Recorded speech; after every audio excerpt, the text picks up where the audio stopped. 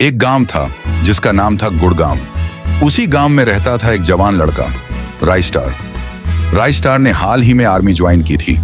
आज का दिन खास था। राइस्टार अपनी माँ और पापा से अलविदा कहकर जीप में बैठा और ड्यूटी के लिए निकल पड़ा। माँ की आंखों में आंसू थे और पिता के चेहरे पर गर्व। लेकिन राइस्टार के गांव से निकलते ही गांव की किस्मत बदलने वाली थी। कुछ ही देर बाद गांव में एक दूसरी जीप आकर रुकी। उस जीप से एक आदमी उतरा। उसकी आंखों में नफरत थी और हाथ में बंदूक।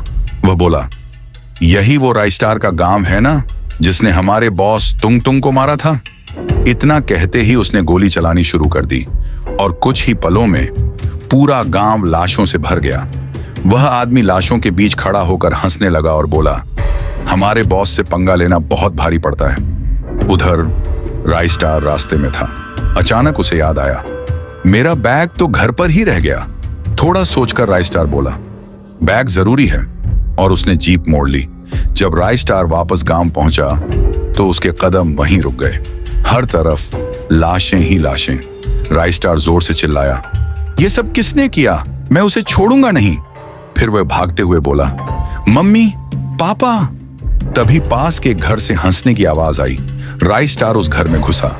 वहां खड़ा था तुंग तुंग का आदमी। राइस्टार ने बिना सोचे गोली चला दी। वह आदमी घायल हो गया। राइस्टार ने पूछा, तू कौन है? वह हंसा और बोला, मैं कुछ नहीं बताऊंगा। और उसी पल उसकी मौत हो गई। कुछ दिन बीत गए। एक दिन राइस्टार नदी के किनारे बैठा अपने माँ पापा को याद कर रहा था। तभी एक जीप आकर रुकी।